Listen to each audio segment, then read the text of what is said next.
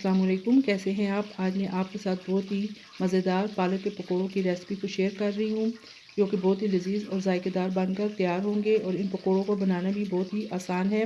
इन पकौड़ों को बनाने के लिए हमें जिन चीज़ों की ज़रूरत है उनमें मैंने लिए हैं बेसन 2 कप और इसको मैंने अच्छे तरीके से छान लिया है।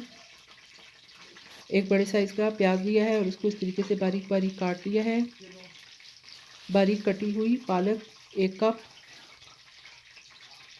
कसूरी मेथी 2 टेबलस्पून, नमक 1 टीस्पून, कुटी हुई लाल मिर्च 1 टेबलस्पून, अजवाइन 1 टीस्पून, खुश्क धनिया पिसा हुआ 1 टेबलस्पून, 2 चुटकी के बराबर येलो फूड कलर, 1/4 टीस्पून मैंने बेकिंग पाउडर लिया है।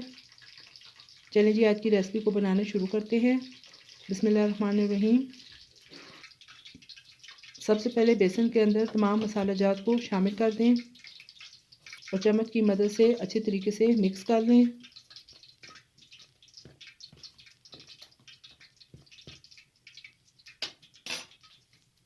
अब इसके अंदर बारीक कटी हुई जो पालक थी वो शामिल कर दें।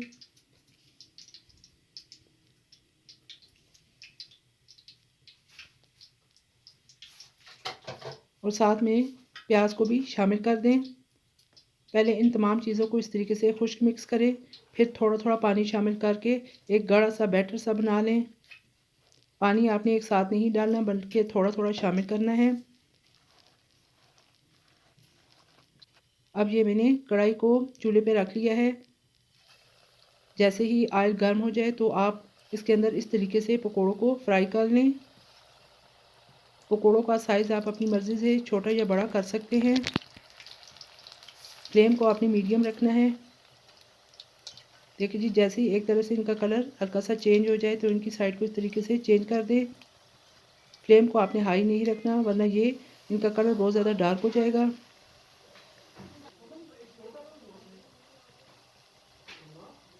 ये बहुत ही लजीज और जायकेदार पकोड़े तैयार हो रहे हैं। अब इस स्टेज पर आपने पकोड़ों को निकाल लेना है। ये देखिए जी, मज़ेदार पकोड़े तैयार हो चुके हैं। ये कितने क्रिस्पी हैं देखने में भी और कलर भी इनका कितना खूबसूरत आया है।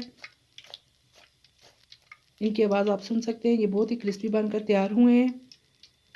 इसी तरीके से आपने तमाम पकोड़ों को फ्राई कर लेना है।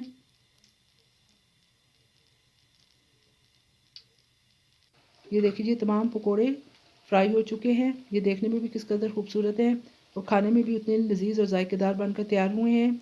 शाम की चाय के साथ इन पकोड़ों का बहुत ही मज़ा आता है। सर्दियों के मौसम में आप इस तरीके से एक दफ़ा ज़रूर बनाइएगा और मुझे कमेंट बॉक्स में अपनी राय से आगाह कीजिएगा कि आपको मेरी ये रेसिपी कैसी लगी है।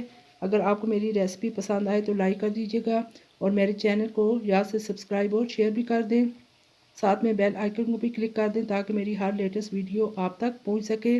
इजाज़त दीजिए। अल्लाह हाफिज़।